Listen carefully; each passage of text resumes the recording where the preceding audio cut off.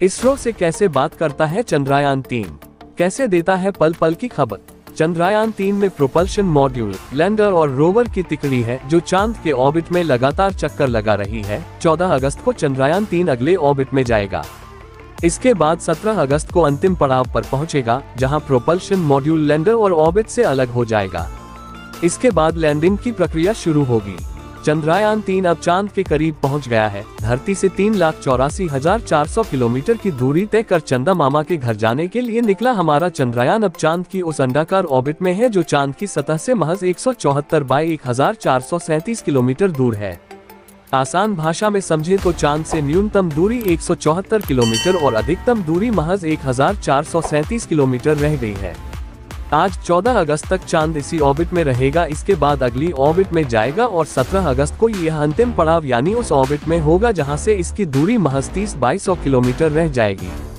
इसरो के वैज्ञानिक चंद्रयान-3 की हर गतिविधि पर पूरी नजर रख रहे हैं। चंद्रयान-3 भी लगातार इसरो से बात कर रहा है और पल पल की जानकारी शेयर कर रहा है। चंद्रयान-3 पर कैसे नजर रखता है इसरो। धरती से चांद की दूरी 3,84,400 किलोमीटर है। ये समय के हिसाब से घटती बढ़ती रहती है, लेकिन क्या आपने कभी सोचा है कि आकाश के अनंत सफर पर निकले चंद्रयान-3 पर कैसे लाखों किलोमीटर दूर से भी लगातार इसरो नजर रखता है। दरअसल ये काम करता है ISRO telemetry tracking and command network, इसे ISTRAC कहते हैं। ये नेटवर्क बेंगलुरु में स्थित है, जिससे इसरो चंद्रयान की गति, उसकी दिशा और उसकी सेहत पर नजर रखता है।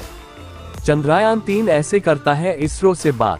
सिर्फ इसरो ही चंद्रयान-3 पर नजर नहीं रख सकता, बल्कि चंद्रयान-3 जब चाहे तब इसरो से बात कर सकता है। इसका माध्यम बनता है प्रोपल्शन मॉड्यूल जो अभी चंद्रयान-3 के साथ चांद की ऑर्बिट में घूम रहा है। 17 अगस्त को ये लैंडर और रोवर से अलग हो जाएगा। 23 अगस्त को चांद पर लैंडर सॉफ्ट लैंडिंग करेगा। इसके बाद रोवर इससे बाहर आकर चांद की सतह से जानकारियां जुटाकर लैंडर के माध्यम से प्रोपल्शन मॉड्यूल तक भेजेगा। प्रोपल्शन मॉड्यूल का काम चांद से जुटाई गई तस्वीरों और तथ्यों को सिग्नल के माध्यम से इंडियन डीप स्पेस नेटवर्क तक भेजेगा। गालालू Indian deep space network Karnataka के रामनगर जिले में स्थित है। यह IDSN ही चंद्रयान-3 के सिग्नलों को डिकोड करेगा। इस पूरी प्रक्रिया को ही telemetry tracking and command network ISTRAC कहते हैं।